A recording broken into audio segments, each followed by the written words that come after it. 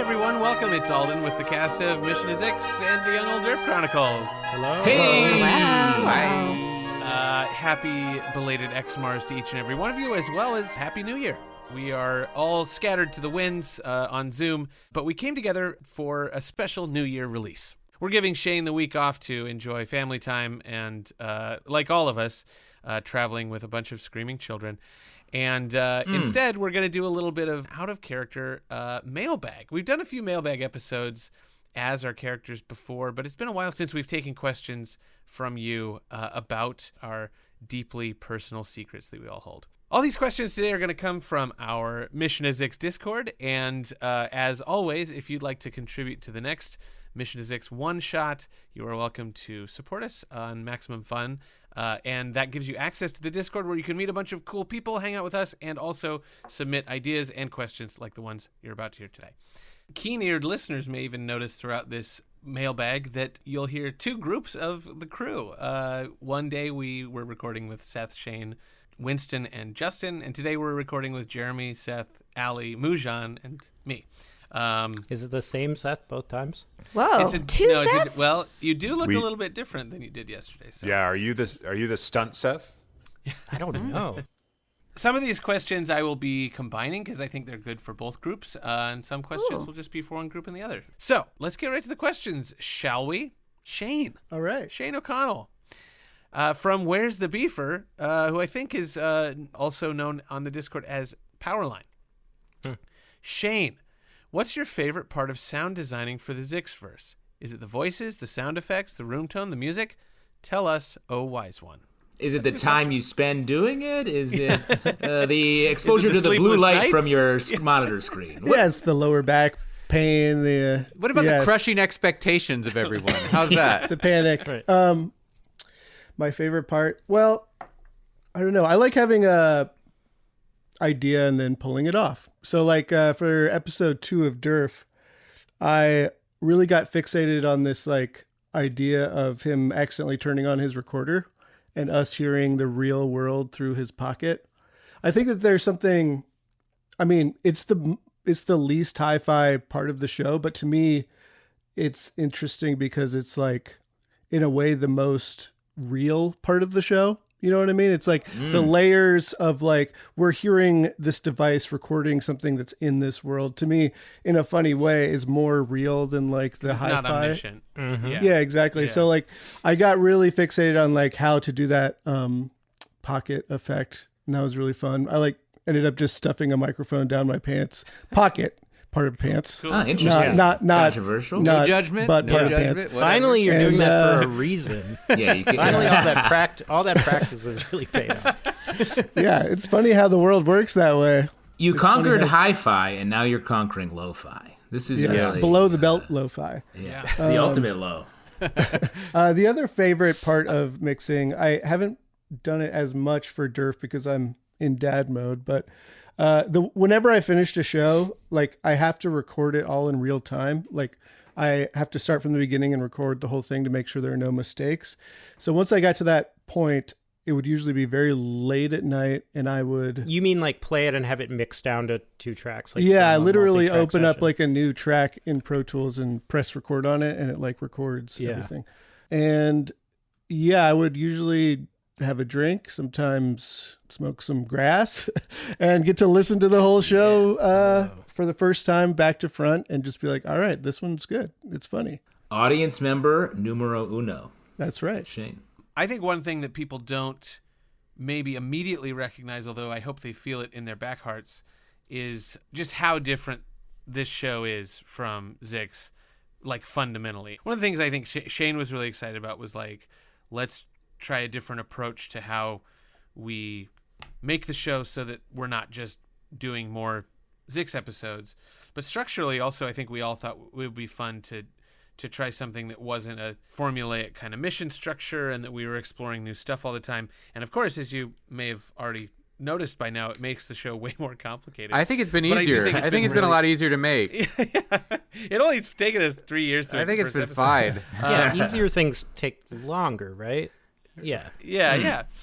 But we've gone out of our way to come up with scenes that are weird and that are not, that are not the kind of linear scenes that we would have made on the show, or would have, I guess I would have had to deprioritize on the show.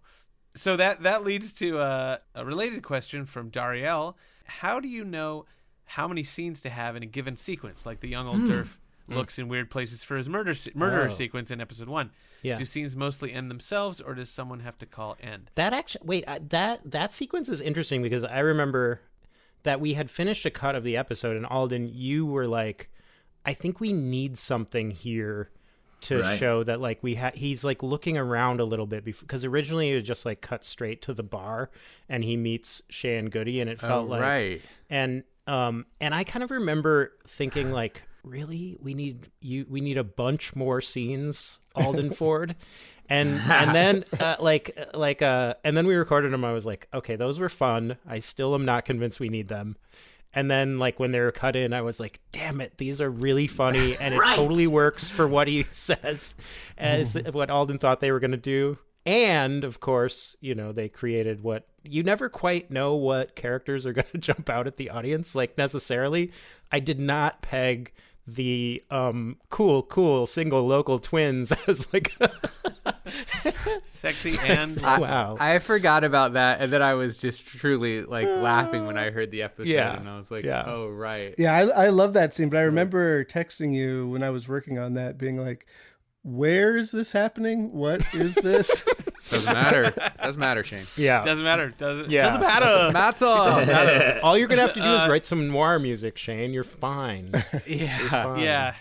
Well, I think that's something that is a little bit of a double-edged sword, because on one hand, we are able to go do these sillier tangent scenes that we maybe wouldn't have had time or space for on the main show, but it also creates these extra obligations that we have, like, not to get too in the weeds, but like one of the reasons these first few episodes have been so much more work than any of the Zix episodes, or any of them, at least the mainline kind of Zix, standard Zix episodes, is that we've had to figure out not only who these characters are, but like what makes them interesting to listen to. Like with kind of the inherent pitch of Mission to Zix was, it's like a workplace comedy. It's like everybody has their thing. Yeah. They all have very recognizable analogs. Everybody knows Luke Skywalker, everybody knows C-3PO, and so having those analog characters just makes sense, and their episode structure is very Star Trek-y, and like it's easy to figure out.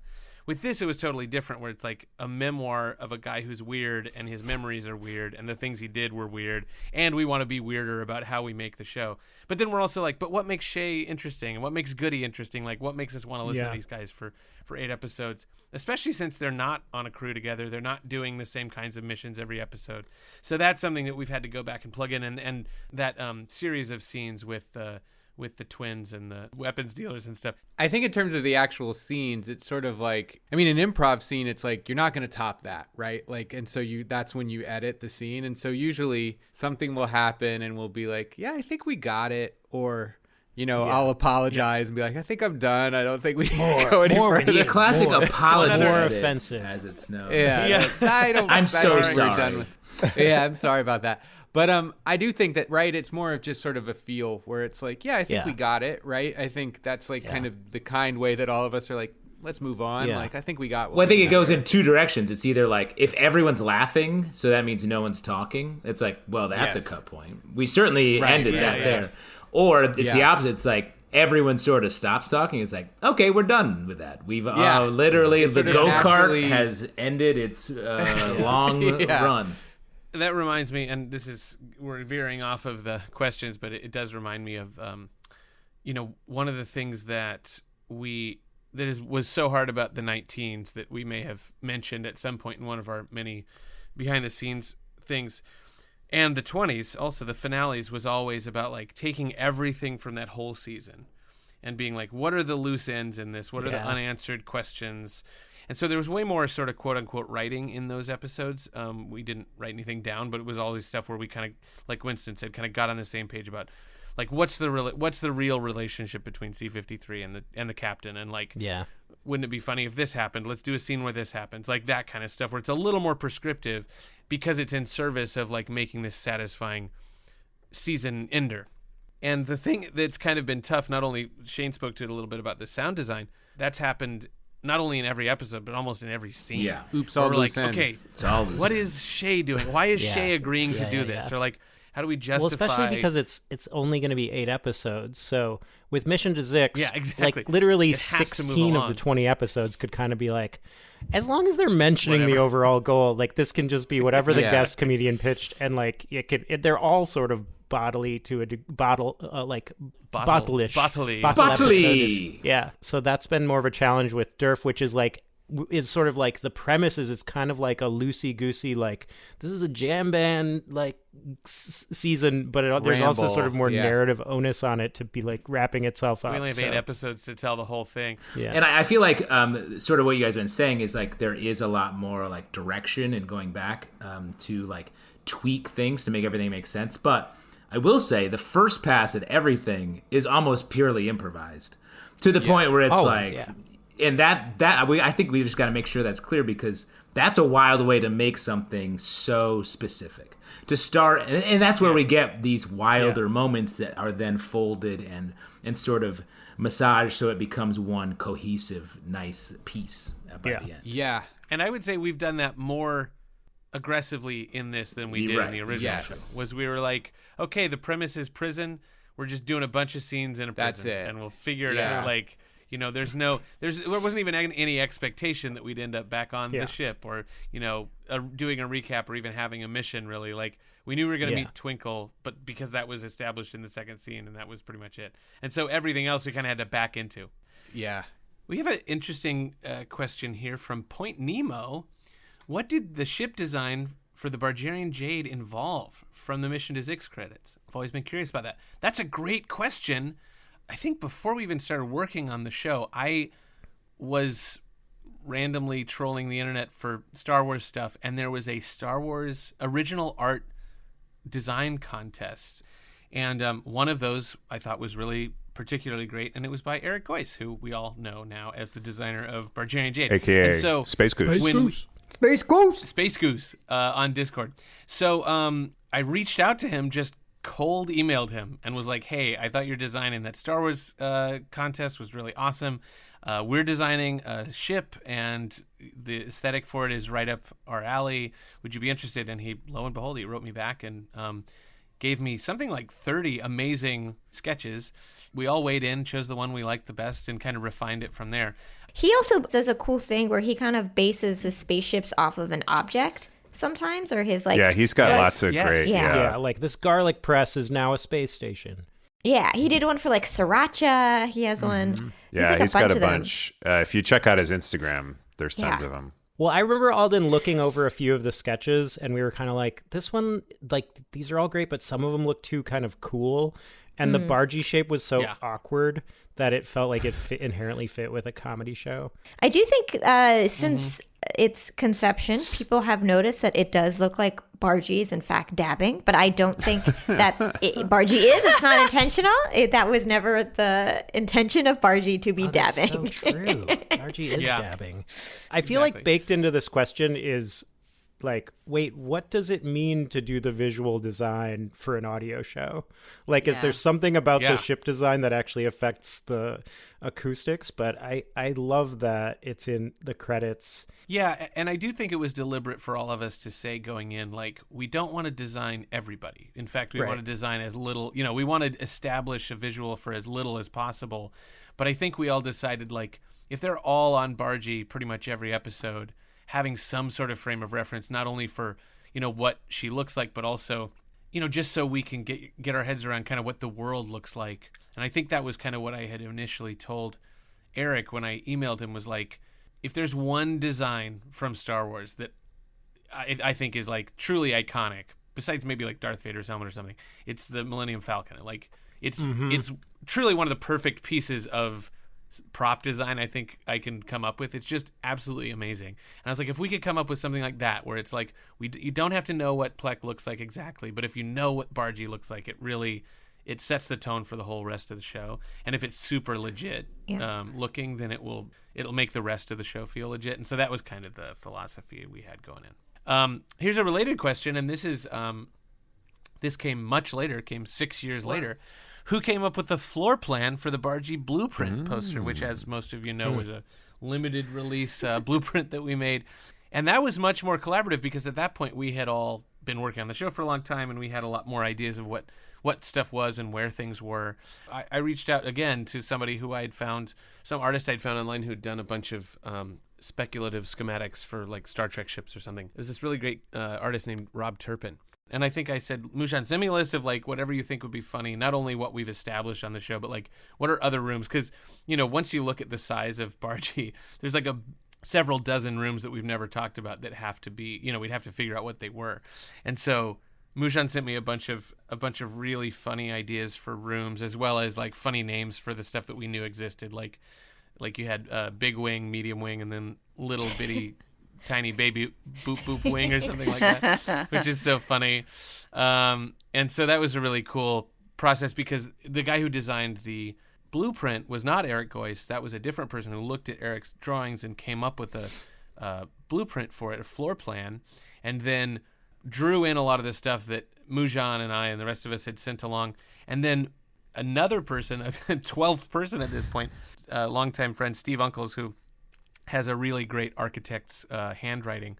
I gave him that list and said to draw that in his handwriting so it looked like an actual architectural drawing, because the architect handwriting is such a specific skill that people have, and it's all very similar from architect to architect. Like it's a font you learn when it's you like cue cards. Go to architecture school. My dad exactly. has that because he took drafting classes in college, and so his kidding. his block capitals are like super precise. Yeah. Jeremy, I feel like every time we do one of these out of characters, I learn something about your father. That Ken Ben gets your dad is a real fascinating. Ken Ben's an interesting guy, is what I'll say. It just doubles down on like what a great dad you have. Just spent a week with him. Yeah. Terrific. No complaints. My favorite thing on the blueprint is there's escape pod, which just like obviously in the show that's never established that exists. Otherwise it would have made lots of shenanigans not necessary if they could have just escaped at any point. That's true. It also begs the question, if Bargy is sentient, is the escape pod sentient? It's possible. I mean, the fridge is. You got George. Right. Wait, Allie, what do you think the inside of Dar's room looks like? It's full of mattresses. Well, there's a lot of mattresses. It's full of mattresses, right. Yeah. Mattresses and sex toys. and I imagine also like a lot of built-in bookshelves for all the body strippers. Yeah, you gotta have a built-in. Yes. Yeah. Tasteful. Let's move on. This is a very important Zix question from Enigma Official Toe. So the scenario is similar to Freaky Friday, but instead of parent and child, you wake up to find that you and your main Zix character have swapped bodies. How's that working out for both of you? Nothing's changed. Wow. Yeah. Next question. Okay. I guess it depends on which season C you're talking about. Oh, true. Oh, wow. Yeah. I would definitely be much, much worse off if Plek was me.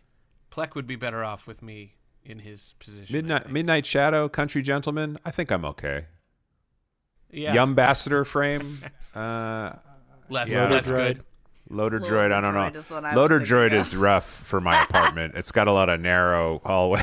Jeremy frame, lateral move. Arguably worse off in some ways, better off in others. I feel like somehow Nermit, it's me switching with Nermit, we'd be like better suited, both of us, because Nermit like wants to be bigger, and I think of myself as just like a scurrying little tiny guy. Yeah.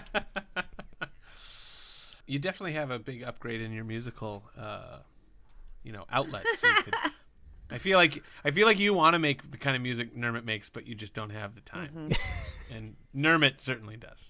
I have too much shame. All right. Here's a question from Osito Surfshirt. Who are you the biggest fan of right now? That's a great question. Who of any discipline? I think like in pop culture. Don't say your wife or something weird, Justin. I love my wife. Is that what you wanted to hear? I like to think I'm her biggest fan. Can I choose Justin's wife, or is it you can't choose? Raises some questions. Raises a couple questions. I've been listening to the Lonely Island podcast with Seth Meyers. Really? Is it good? And I think it's pretty good. It's just interesting because like Lazy Sunday came out like 20 years ago. Yeah, it's been a while. Wow. This December, and you're like, Wow. whoa. And I just remember listening to their process and how they've kind of, how they worked and how incredible like the demands were and all that kind of stuff. It is pretty impressive. And I don't know. It's just it's a fun podcast to listen to too, because they're all friends. And so and known each other for a long time. So it's kind of a good hang podcast. I don't know. I always respect somebody with an interesting big body of work. Mm-hmm. So anyway, that's something I've been listening to that I've enjoyed. I mean, this is a basic answer, but I did just watch Marty Supreme, and Chalamet absolutely destroys that movie. Whoa, I was certain you were going to say Safdie. No, well, the movies, I mean, I put them both together because the movie's excellent. It's incredibly well made. And great. I've watched it twice, and it's new. So that's my like external pop culture thing. More closer to home, there's an actor named Tim Baltz. I don't know if you guys know him. Love him. I saw he was in an episode or 2 episodes of I Love LA, and I didn't know he was in it until I was watching it. And when he popped up, that's the most like pure joy of like seeing someone who I know and love doing something awesome and being very funny was such a hit right there. He's in Gemstones, right? Gemstones, yes. I worked with him at the Opposition with Jordan Klepper. I wrote with him a lot, and he was a correspondent. And we've been buds since, and man, he's just so good. Speaking of Jeff Hiller. Oh, yeah. Oh, my God. What a year. Award-winning. Talk about it couldn't happen to a nicer guy. That's truly, if you want to know, listener, like Jeff is that is who you see on screen and who you see in interviews is Jeff. Yeah. Like he is not putting on any sort of persona. That is how sweet and funny and nice he is. And to be clear, what we're saying is Jeff Hiller won the Emmy for his performance in Somebody Somewhere and was like an absolute dark horse candidate, won against Harrison Ford. He also wrote a great book, Actress of a Certain Age, which is really fun. His memoir. So anyway, big and was, I think, in his list of credits, he does list first live episode of Zix. Famously. Really? Yeah. Famous. The Emmys really wanted to celebrate that. You know who I like? There's a New York comedian named Cassie Wilson who does very funny videos. Specifically, one about AI really made me chuckle. Where it's like, hey, are you using AI? And it's like, well, doesn't it do this bad thing? Uh-huh. Doesn't it do this bad thing? Uh-huh. Doesn't it do this bad thing? Uh-huh. And it's like this very long sequence of those. And it's like, well, no, I don't think I'm going to use it. It's, well, you should probably get used to the new technology. And it really made me laugh. And so I follow her, and she posts lots of funny stuff. That's great. Nice. Okay, I found the person on TikTok whom I love, and I think makes content that is just truly cozy. It's David Larby or David Larby, but it's Larbi. And he's like a poet and an author, and all of his posts are like they all rhyme. So it's nice. all poetry. It's just like I don't know. It's just like really lovely. I was thinking about him too because I think he just posted that it was his birthday. Oh, happy birthday, David Larby. But yeah, Good Rex. I'm not a big SNL person, but I have noticed the stuff I've seen of new featured player Ashley Padilla. Oh yeah, she's awesome. Oh, yeah. She's so good. She's That like, haircut sketch is so funny. Yeah. like It's a really, really good sketch. like she's a great actor. Like she's subtle. I don't know. It feels like she's like 80s rom-com energy sort of somehow in these sketches and in like the best way possible.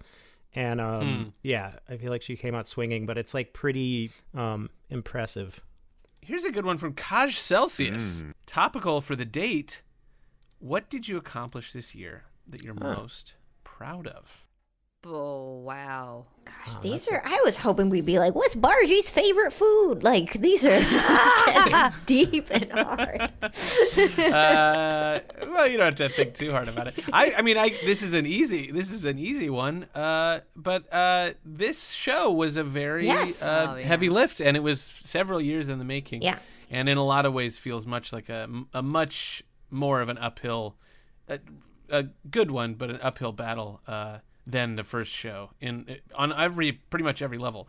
So getting it out and like having such great feedback from our listeners and like at Tribeca and everything was such a big accomplishment, I think, for all of us. I think I have an answer for this. This is something I can't answer. Well, there you go. Yeah, now you say you didn't like. Oh, that she's question. flipping through a stack of cash. She's proud of that cash.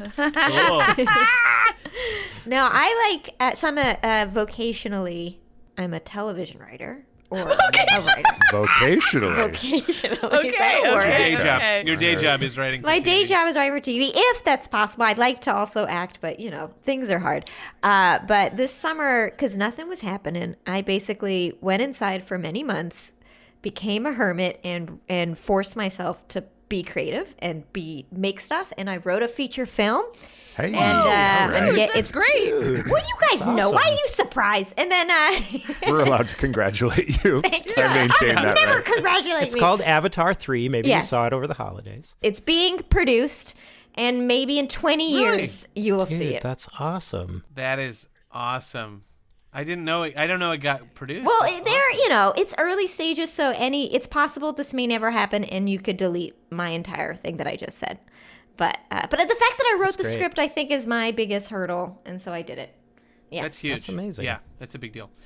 The one of the things I don't want to blow up their spot, but there is a very lovely Discord person who we've all met several times in person who is really great, Alice, and they have a yearly tradition, which is now this will be my third year doing it. And I'm always very excited about it. It's the following year bingo card. I do where that you do now a 5x5 Oh. grid. Yeah, it's a great idea. You do a 5x5 grid, and you try to make it a mix of like stuff that is attainable, but also stuff that you might luck into. Like every year, I have new directing work, new voiceover work. Like I may not get it, I may get it. If I get it, it's great. But it's like it feels like an accomplishment, and they're not resolutions. They're not like I'm gonna get into shape or whatever. It's all stuff like Here's a great example of the bingo card. Is I run normally a 5K distance a couple times a week. I wish I was more consistent with it. But I put on my bingo card, good. run a 10K, which is a distance I have never run in my life. And I meant to spend like a month working up to that and then attempt it. And then right before Christmas, the Sunday before Christmas, I just said, I have not trained this, but what if I just tried anyway? And I did. And I did. Yes! And I really awesome. did not do great on that last mile, but I did it. But you did it. Yeah. I did it. And my feet hurt a bunch the next day, but like I was okay. And now that's like another thing I got checked off on the How Yeah, did both yeah. of you do on your bingo cards? Are we talking like full board or the first year. No. The first year, I think I probably got half of them. I was more ambitious this year. There was a bunch of stuff that I was like, this. Like one of the things that has been and will be on the next year's one as well is submit a crossword to the New York Times. Which Oh yes, yeah. Which I've been working on for a while, and it's the kind of thing like I have to have. Not only I have to be good at it, which I'm not yet, but also I have to have like the free time to really sit down, which I haven't had. But it's that kind of stuff where I'm like, I could do it. Yeah. I could. You I could could submit a make it blank happen piece of if I- paper. Honestly, submitting, that's a exactly. low Yeah, did you bar. ever think about that? I like that it's like a really chill version of The Secret. Like manifesting. Yeah. You're not really Yeah, in some manifesting it. ways, You're yeah. just yeah. Next question. Shred Till Durf asks, what would you say is the thing that kept the project moving forward in the early days and prevented it from becoming either that one idea a few of us had once and never ended up making to never ended up continuing to make after a few episodes? I'm not sure if this is about Durf or about Zix. I think but that's about Zix. Yeah. That's a good question. I feel like for me personally, it just worked way better than I dared to hope. Like I think after we made a couple episodes, I remember listening to the edits and really going, "Whoa, this is working."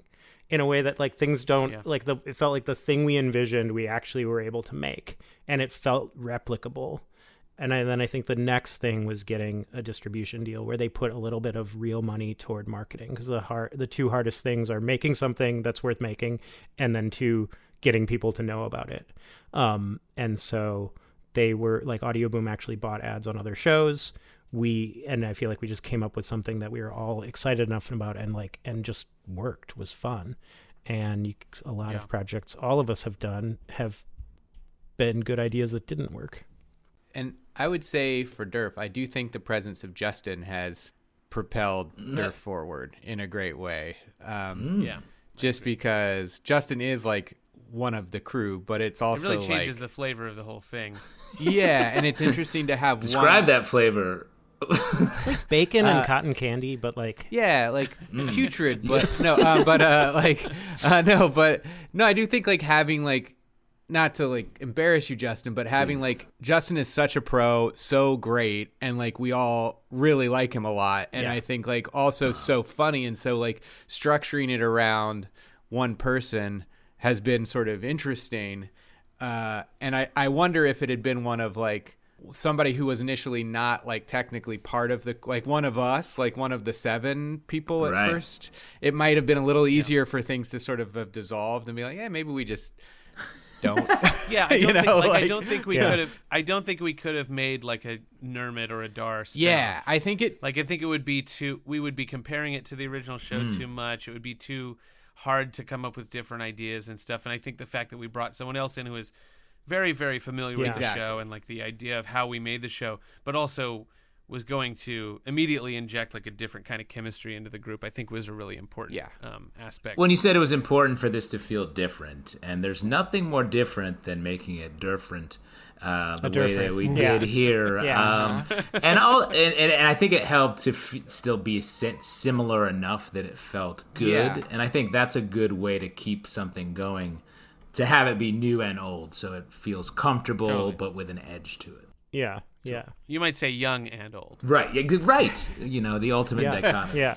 I will admit I was skeptical that Justin records nude always. Like, and like it felt like. It's called getting into character set. Yeah. Yeah. Right. But also when he yells at us, I am like, okay, I get what you're saying. Yeah. When he's like screaming, like. No, his demands. His temper sort of justifies it. Yeah, the temper sort of does spur us along, which is good. I found it's easier to be mad when you're nude. Yeah. And I feel like I've only cried like once or twice, which is a lot less than I did over the course of Mission to Zix. So like, I think that's good. That's Save great. your tears. No, but yeah. I want to leave you with one final little question from CB Vol as we launch into the new year. Given the dumpster fire that is the world, What a premise. What does the cast do that brings them joy? Like maybe things could get better, or people aren't innately horrible joy. That's a great question. I think the show is one for me. Yeah. Do you guys have anything when you're feeling down that lifts you up? Anything you're planning to do more of in the coming year that's gonna keep your joy? I add things to a cart. No, I do that though. I'll truly do think I have a spending problem, so I'm gonna do like a no buy January. But Ellie's surrounded by Labubus right now. Yeah. But I love them as if they were my children. I do think. Oh my gosh, I know how cringe this will sound. Improv is so the thing. I feel like I went back to doing improv regularly at the UCB when I was like especially down. I think like I like struggled with infertility for 2 years, and I was so sad, and I was also just like so tired of like my identity feeling like, oh, I am the woman who cannot get pregnant and is desperately trying. And so I went back to doing improv at the UCB, and that was such a solve. Like I feel like it was so nice to just return to something. Like, this is how we all met. This is how we met all of our best friends. Like, you know, I feel like it was so nice to just do zip, zap, zop with a bunch of, like, other adults and just be so stupid and have, like, and, like, just really kind of be so present in that instead of, like, casting forward for, like, what am I going to do if I don't get pregnant? What am I going to do if, you know, like, et cetera, et cetera, et cetera. And it was so nice to, like, that's so great. Rediscover this thing. And I think, you know, still doing it because the world continues to hurt. Yeah. I mean, I think it's funny how it's become such a cliche to, like, separate the world into, like, pre and post COVID stuff. But, like, we were all at the theater at least once a week, and a lot of us several times a week. And the fact that just stopped, and then actually didn't seem like that big. I mean, relatively didn't seem like that big a deal because everything went crazy for a couple years. And now that things are evening out a little bit, I'm like, that was such a huge part of my life, and we don't do any of that anymore, And so good for you for getting back into it. That's really awesome. One of my lives that I lived before Zix was I was a roller derby referee in New York City. Hell yeah. For 3 years, and then I announced for a few years after that. Technically one of the first people to announce roller derby on television in New York since the 80s. Wow, no big deal. Yeah. But I love to roller skate. I don't do derby anymore because I think my body would be very angry with me. But I love to roller skate. I especially love to roller skate in the street, which I used to do in Prospect Park in New York. And then they would do an event a few times over the summer called Summer Streets, where they would close down Park Avenue. You could skate basically from almost from the corner of Central Park all the way down to City Hall. Oh, wow. And you would go through Grand Central Terminal. Oh, It was very cool. Whoa. Although, Jeremy, this year they made it even longer. It goes all the way to Inwood. It goes from Brooklyn Bridge Park to Inwood. Yeah. But that's really fun. And I really like doing that, but I also want to make some time to I also love skating at rinks, and there's a couple of very good rinks in LA, so I'm going to make more time to do that in 2026. That's awesome.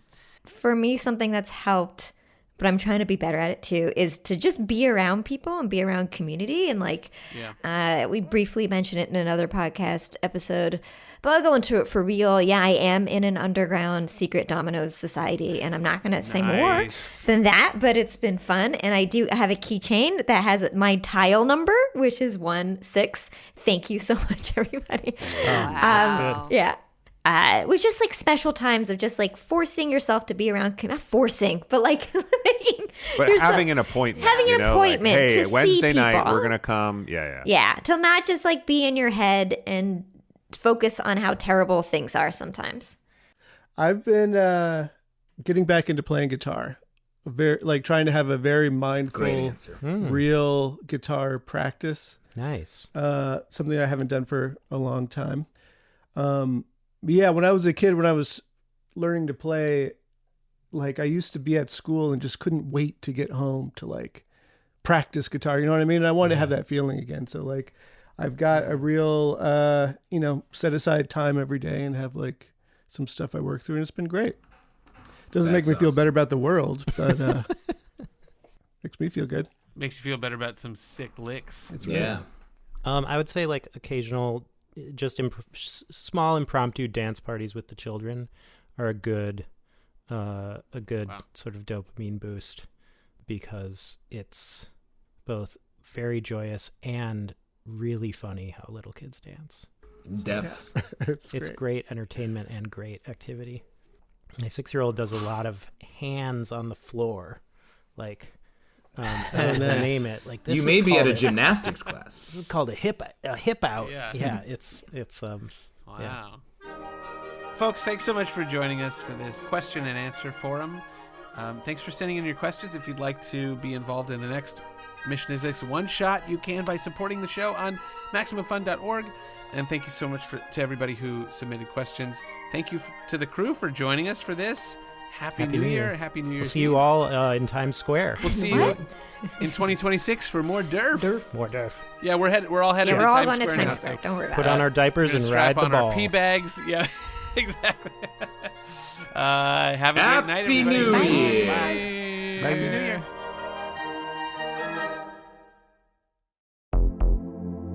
Good evening. Thanks for tuning in to 101.1 Max Fun. It's midnight here on Host to Coast, and we've got Sarah from Michigan on line 1. Hi, I'm calling in for some help. I used to love reading, but between grad school, having kids, and the general state of the world, I can't seem to pick up a book and stick with it anymore. Sarah, this is an easy one. Just listen to Reading Glasses, a podcast designed to help you read better. Bria and Mallory will get all the pressure, shame, and guilt out of your reading life. You'll be finishing books you love in no time. Great, that sounds amazing. Also, I do think my husband is cheating on me with Mothman. Can you help me with that one? Ooh, I don't think they cover that. Reading Glasses, every Thursday on Maximum Fun. Hey, do you have a favorite episode of Star Trek? If you do, you should also have a favorite Star Trek podcast. Greatest Trek is about all the new streaming Star Trek shows, and it's a great companion to The Greatest Generation, our hit show about back catalog Star Trek that you grew up with. It's a comedy podcast by two folks who used to be video producers, so it's a serious mix of comedy and insight that fits right into the Maximum Fun network of shows. And Greatest Trek is one of the most popular Star Trek podcasts in the world. So if you're following Lower Decks, Prodigy, or Strange New Worlds, come hang out with us every Friday as we roast and review our favorite Star Trek shows. It's on MaximumFun.org, YouTube, or your podcatching app. MaximumFun.org. Comedy and culture. Artist-owned, audience-supported.